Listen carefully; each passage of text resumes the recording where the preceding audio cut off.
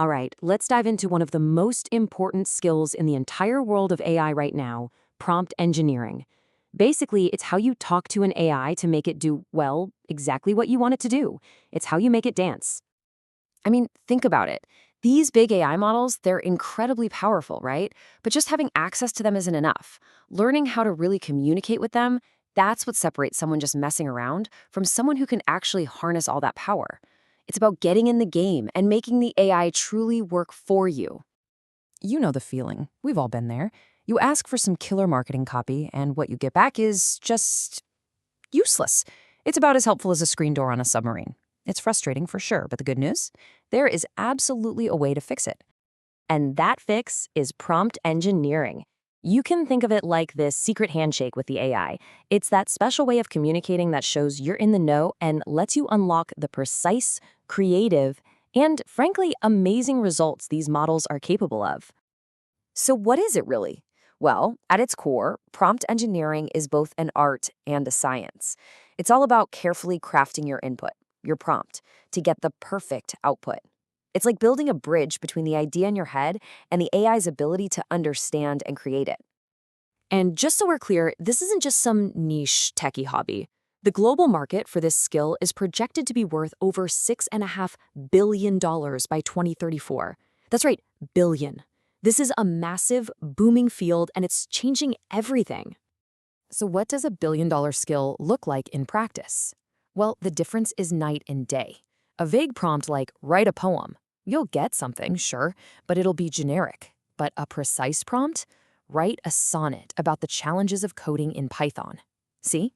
You've specified the format, a sonnet, and a very specific topic. That's how you get quality. Okay, so how do we actually get good at this? Well, just like a master carpenter needs to sharpen their tools, a good prompt engineer needs to master a few core techniques. So let's get into it. Now, this is really interesting. This chart shows where you get the most improvement. And look at that top bar. While being clear and giving context are super important, the single biggest key to getting accurate results is iteration. It's that process of trying a prompt, seeing what you get, and then refining it, again and again and again.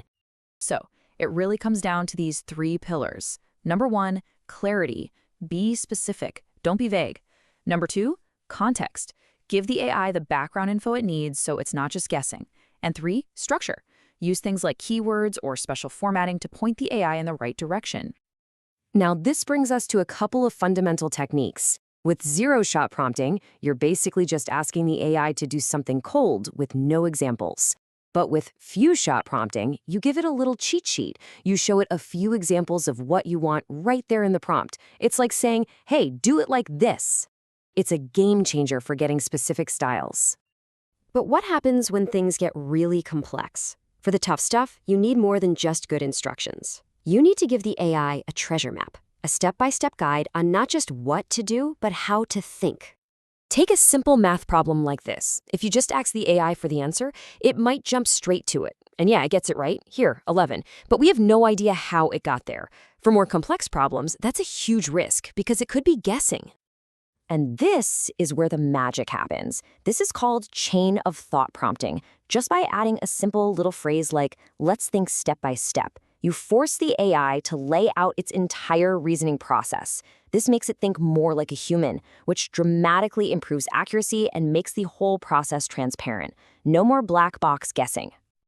So let's just quickly put it all together. Think of these as tools in your toolbox. Zero-shot is your simple screwdriver, great for quick, easy tasks. Few-shot is for when you need to customize the output with examples. And chain of thought, that's your power tool for heavy-duty reasoning and problem-solving. Now, you might have heard another term thrown around, fine-tuning. People often get it confused with prompt engineering. They both help customize an AI, but trust me, they are two completely different beasts. And this table lays out the trade-offs perfectly. Prompt engineering is all about changing the input. It's fast, it's flexible, and it's pretty cheap to do. Fine-tuning, on the other hand, involves changing the model itself by retraining it on a bunch of new data. It takes way more time, money, and data. But for super specialized tasks, it can give you even higher accuracy. So, we've gone through all these techniques. But why is this such a big deal? Why does it matter? Because this isn't just about getting a chatbot to write better poems. This is about unlocking massive, real-world value. I mean, just look at what's happening in the business world. Companies are using these skills to automate really complex jobs, like writing reports. They're generating endless streams of creative marketing content. They're digging through mountains of data to find critical insights. And they're creating these incredibly personalized experiences for their customers. This skill is a direct line to innovation. And whenever you have that much value, you have career opportunities. As you can see, expertise in things like natural language processing and especially large language models is in crazy high demand. We're talking senior level salaries pushing $200,000 and beyond. Learning how to prompt is learning a skill that the market is absolutely desperate for. So I'll leave you with this final thought. We started this by talking about being a spectator versus being a player. Right now, being a player means being a good instructor for the AI. But as these AI systems get better and start learning on their own, our role is going to shift from instructor to collaborator. So the real question is, are we ready to partner up for what comes next? Thanks for tuning in.